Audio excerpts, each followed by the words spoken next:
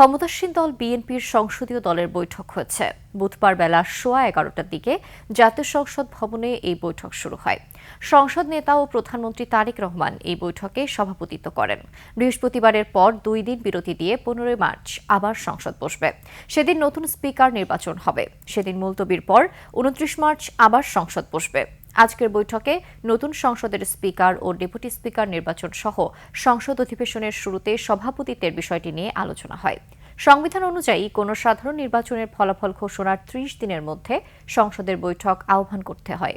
কাল ত্রয়োদশ জাতীয় সংসদের প্রথম অধিবেশন আহ্বান করেছেন রাষ্ট্রপতি মোহাম্মদ শাহাবুদ্দিন। সে অনুযায়ী আগামীকাল বেলা 11টায় জাতীয় সংসদ ভবনের সংসদ কক্ষে শুরু হবে নতুন সংসদের প্রথম অধিবেশন। সাধারণ জাতীয় সংসদের প্রথম অধিবেশন দীর্ঘ হয়।